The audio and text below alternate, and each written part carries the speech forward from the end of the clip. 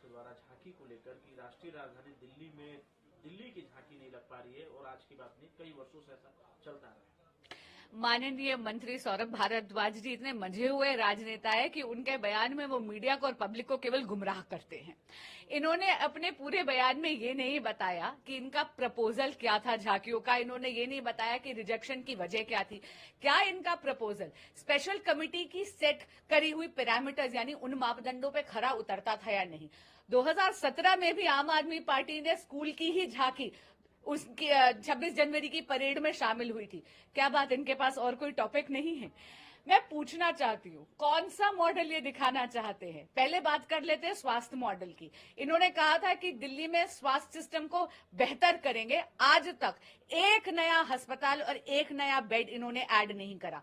2013-14 में भी दिल्ली में केवल 40 अस्पताल थे, आज भी केवल 40 अस्पताल है। जिन मोहल्ला क्लिनिक की ये बात करते हैं, जिन दिल्ली के सरकारी अस्पतालों की ये बात करते हैं, वहां तो ये फर्जी, नकली या फिर सब स्टैंडर्ड दवाइयां वितरित कर रहे हैं। मोहल्ला क्लिनिक ठप पड़े हैं। यहां तक कि कोविड में जब दिल्ली की जनता को सबसे ज्यादा जरूरत थी तब मोहल्ला क्लिनिक्स पे ताले थे।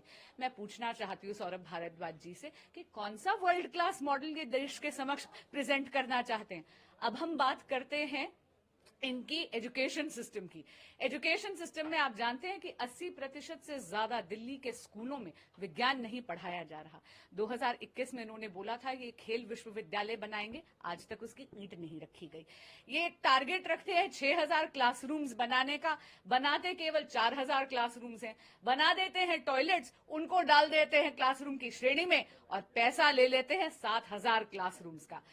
सौरभ भारद्वाज जी से मैं आग्रह करूंगी कि आप जितना समय बयानबाजी में डालते हैं, यदि आप वो दिल्ली की स्वास्थ्य व्यवस्था को, स्कूल व्यवस्था को ठीक करने में लगाएंगे तो शायद कुछ मुद्दों का निवारण हो पाएगा। और एक बात मैं आपको जरूर याद कराना चाहूंगी, अगस्त 2023 में इन्हीं के एक विधायक ने, किराड़ी से जो एमएलए हैं, उन्होंने, गोविंद साहब ने उठाया था प्रश्न विधानसभा में ये कहते हुए कि उनकी कॉन्स्टिट्यूएंसी में 0 हेल्थ सिस्टम है आज के दिन।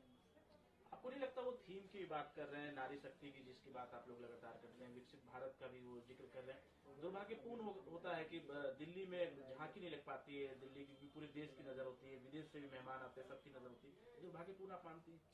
देखिए ऐसा है, ये जो उन्होंने विषय उठाया है, चाहे वो रिजॉल्व 75 का हो, चाहे नारी शक्ति को, चाहे वो हो विकसित भारत का, ये थीम है। हर साल की गणतंत्र दिवस की परेड का एक थीम सरकार तय करती है। इस बार का सरकार का थीम है विकसित भारत। लेकिन मैं वही पूछना चाहती हूँ सौरभ भारद्वाज जी ने से कि उन्होंने केवल थीम की बात कर दी, पर इन्होंने ये नहीं बताया कि इनका प्रपोजल क्यों रिजेक्ट हुआ। आज एक अंग्रेजी नेशनल न्यूज़पेपर ने ये खबर छापी है कि आम आदमी पार्टी अपनी झांकी में, पंजाब की झांकी में मुख्यमंत्री मान साहब की फोटो लगाना चाहती थी और दिल्ली की झांकी में मुख्यमंत्री अरविंद केजरीवाल जी की फोटो लगाना चाहती थी, इसलिए वो झांकियां रिजेक्ट हुई हैं। आप भी जानते हैं कि रिपब्लिक डे की परेड एक राजनीतिक मंच नहीं है, ये एक ऐसा मंच है जहां पर आप भारत को सेलिब्रेट करते हैं, हमारे देश को सेलिब्रेट करते हैं। पर क्या करें, आम आदमी पार्टी की सरकार को तो केवल प्रचार, प्रसार और भ्रष्टाचार आता है, तो इसलिए गणतंत्र दिवस की परेड में भी वो अपना राजनीतिक प्रचार करना चाहते हैं। उनकी तरफ से आरोप भी लगाया जा रहा है कि राजनीति की जा रही है सेंटर की तरफ से। आप ये मानती है कि दुर्भाग्यपूर्ण है कि झांकी दिल्ली की नहीं लग पा रही है? बहुत दुर्भाग्यपूर्ण है कि राजनीतिकरण आम आदमी पार्टी की सरकार कर रही है। जितना समय वो बयानबाजी में लगा रहे हैं, यदि आम आदमी पार्टी के लीडर्स दिल्ली पे ध्यान दें तो जितने भी इश्यूज मैंने आपके समक्ष रखे हैं, शायद इनका निवारण हो पाए।